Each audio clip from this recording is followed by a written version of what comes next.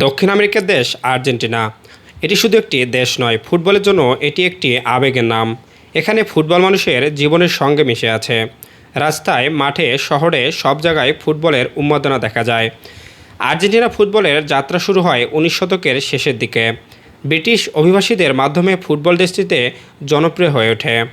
ধীরে ধীরে এই খেলা আর্জেন্টিনার সংস্কৃতির একটি অংশ হয়ে যায়।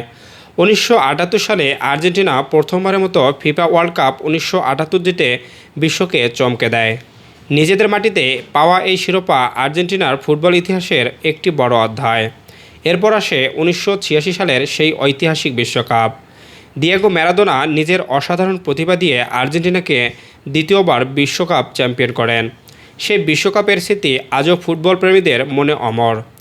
আর্জেন্টিনার ফুটবল মানেই শুধু ট্রফি নয়, অসংখ্য কিংবদন্তির গল্প। লিওনেল মেসি আধুনিক যুগে আর্জেন্টিনার ফুটবলের সবচেয়ে বড় প্রতীক হয়ে উঠেছেন। দীর্ঘ অপেক্ষার পর 2022 সালে তিনি আর্জেন্টিনাকে বিশ্বকাপ জেতান, যা দেশটির তৃতীয় বিশ্বকাপ শিরোপা। আর্জেন্টিনার ক্লাব ফুটবলও অনেক সমৃদ্ধ।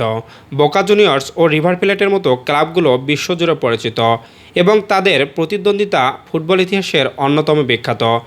আজও আর্জেন্টিনা ফুটবল মানে আবেগ, লড়াই, প্রতিভার স্বপ্ন। প্রজন্মের পর প্রজন্ম ধরে এই দেশ ফুটবল বিশ্বকে উপহার দিয়ে যাচ্ছে অসাধারণ সব গল্প। শেষে একটি কথা বলতেই হয়, আর্জেন্টিনা ফুটবল শুধু একটি খেলা নয়, এটি কোটি মানুষের হৃদয়ের ভাষা।